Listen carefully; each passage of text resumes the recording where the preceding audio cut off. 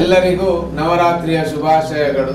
ತಾಯಿ ಸಿದ್ಧಿದಾತ್ರಿಯ ಅನುಗ್ರಹ ಆಶೀರ್ವಾದ ಎಲ್ಲರ ಮೇಲೆ ಇರಲಿ ಅಂತ ಪ್ರಾರ್ಥಿಸುತ್ತಾ, ಯೋಗದ ಸ್ಥಿತಿಯಲ್ಲಿ ಮಹಾಗೌರಿಯಾಗಿ ನಿಂತಂತ ಆ ತಾಯಿ ಅನಿಮಾದ್ಯ ಅಷ್ಟ ಸಿದ್ಧಿಗಳನ್ನು, ಹಾಗೆಯೇ ಈ ಯೋಗದ ಸ್ಥಿತಿಯಲ್ಲಿ ಆ ದಕ್ಷಯಜ್ಞ, ಹಾಗೆಯೇ ದಾಕ್ಷಾಯಿನಿ ಯೋಗಾಗ್ನಿಯಲ್ಲಿ ದಹನ ಆಗುವುದು, ಹಾಗೆಯೇ ವಿಷ್ಣು ಚಕ್ರದ ಮುಖಾಂತರ ಅವಳ ದೇಹವನ್ನು ಕತ್ತರಿಸಿ 51 ಶಕ್ತಿಪೀಠವಾಗಿಸುವುದು, ಮುಂದೆ ಅವಳು ಪರ್ವತರಾಜನ ಮಗಳಾಗಿ ಹುಟ್ಟುವುದು ಅಂದರೆ ನಮ್ಮ ಚಿಂತಾಮಣಿ ಗ್ರಹವನ್ನು ಜಾಗೃತಗೊಳಿಸುವುದಂತ ಹೀಗೆ ಹುಟ್ಟುವುದು.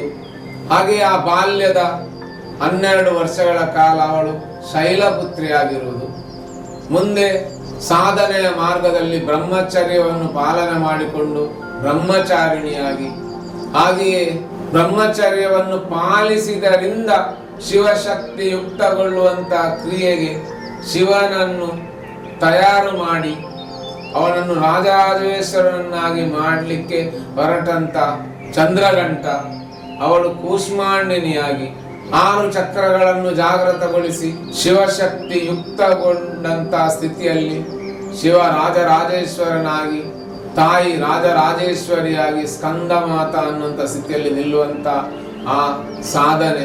ಇನ್ನು ಈ ಎಚ್ಚರ ಸ್ಥಿತಿಯಲ್ಲಿ ಕಾತ್ಯಾಯಿನಿಯಾಗಿ ಮತ್ತೆ ಮೂಲಾಧಾರದಲ್ಲಿ ನಿಲ್ಲುವುದು, ಹಾಗೆಯೇ ನಮ್ಮ ಬೆನ್ನ ಹಿಂದೆ ನಿಂತು ನಮ್ಮನ್ನು ರಕ್ಷಿಸುವಂತ ಕಾಳರಾತ್ರಿ. ಇನ್ನು ಯೋಗದ ಪೂರ್ಣ ಸ್ಥಿತಿ ಏನುಂಟ, ಪೂರ್ಣ ಸ್ಥಿತಿ ಅನ್ನುವಂತ ಆ ಮಹಾಗೌರಿ ಅನ್ನುವಂತ ಸ್ಥಿತಿಯಲ್ಲಿ ನಿಲ್ಲುವಂತ ಆ ಕ್ರಿಯೆ, ಇದನ್ನೆಲ್ಲವನ್ನು ಅನುಭವದಿಂದ ಜ್ಞಾನದಿಂದ ನಮಗೆ ಕಲಿಸುವವಳು, ನಮಗೆ ತಿಳಿಸುವವಳು, ಅವಳು ನಮಗೆ ಸಿದ್ಧಿಯನ್ನು ಕೊಡುವವಳು, ಅವಳು ಸಿದ್ಧಿದಾತ್ರಿ. ಹೀಗೆ ನವರಾತ್ರಿಯ ಈ ಪೂರ್ಣ ತತ್ವ ಏನಿದೆ ಅದು ಎಲ್ಲರ ಒಳಗೂ ಜಾಗೃತಗೊಳ್ಳುವ ಹಾಗೆ ಅನುಗ್ರಹಿಸುವವಳು ಸಿದ್ಧಿದಾತ್ರಿ. ಯಾರೆಲ್ಲ ನವರಾತ್ರಿಯ ಆಚರಣೆಯನ್ನು ತಮ್ಮ ಸಂಸ್ಕೃತಿಯಲ್ಲಿ ಅಳವಡಿಸಿಕೊಂಡಿದ್ದಾರೆ, ಹಾಗೆ ಯಾರೆಲ್ಲ ಈ ನವರಾತ್ರಿಯ ಸಾಧನೆಯಲ್ಲಿ ನಿರತರಾಗಿದ್ದಾರೆ, ಅವರ ಎಲ್ಲರ ಒಳಗೂ ಸಿದ್ಧಿಯನ್ನು ಕೊಡುವವಳು, ಹಾಗೆ ಅವರೆಲ್ಲರನ್ನೂ ಆ ಸಾಧನೆಯಲ್ಲಿ ಈಗ ಇಟ್ಟವಳು ಯಾರು ಕೇಳಿದ್ರೆ ಅವಳು ಈ ಸಿದ್ಧಿದಾತ್ರಿ. ಇಂಥ ಶಿವಶಕ್ತಿ ಯುಕ್ತಗೊಳ್ಳುವಂತ ಒಂದು ಯೋಗದ ತತ್ವವನ್ನು ಬರೇ ಕಥೆಯ ಮೂಲಕ ತಿಳಿಸಿ ಅದರ ಆಚರಣೆಯನ್ನು ನಾವು ಮಾಡ್ತಾ ಬಂದ ಹಾಗೆ ಅದು ನಮ್ಮ ಒಳಗೆ ಜಾಗೃತಗೊಳ್ಳುವಂತ ಅತ್ಯದ್ಭುತವಾದಂತ ಒಂದು ರಹಸ್ಯ ಇದು. ಅದನ್ನು ನಮ್ಮ ಋಷಿಮುನಿಗಳು, ನಮ್ಮ ಯೋಗಿಗಳು, ನಮಗಿಂತ ಹಿಂದೆ ಇದ್ದಂತ ಎಲ್ಲರೂ ತಿಳಿದುಕೊಂಡಿದ್ರು. ಅವರಿಗೆಲ್ಲರಿಗೂ ಈ ಸಾಧನೆಯ ಅರ್ಥ ತಿಳಿದಿತ್ತು. ಯಾಕಂತೇಳಿದ್ರೆ ಅವರು ಆ ಭಾಷೆಯನ್ನು ಕಲಿತಿದ್ರು. ಇವತ್ತು ನಮ್ಮ ಭಾಷೆ ಬದಲಾಯಿತು, ಕಲಿಯುವ ಶೈಲಿ ಬದಲಾಯಿತು.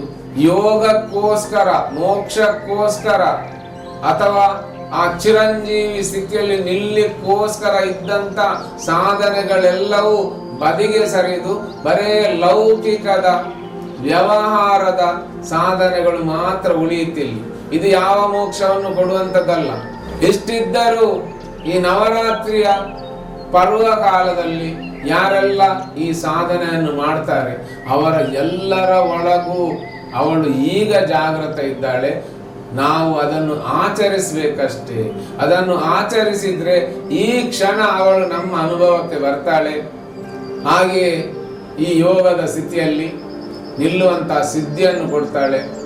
ಹಾಗೆಯೇ ಯೋಗದ ಎಲ್ಲ ತತ್ವಗಳನ್ನು ಜಾಗೃತಗೊಳಿಸಿಕೊಡ್ತಾಳೆ ಎಂದು ಹೇಳಿ ತಾಯಿ ಸಿದ್ಧಿದಾತ್ರಿ ನಿಮ್ಮನ್ನೆಲ್ಲರನ್ನು ಅನುಗ್ರಹಿಸಲಿ ಅಂತ ಪ್ರಾರ್ಥಿಸ್ತೇನೆ.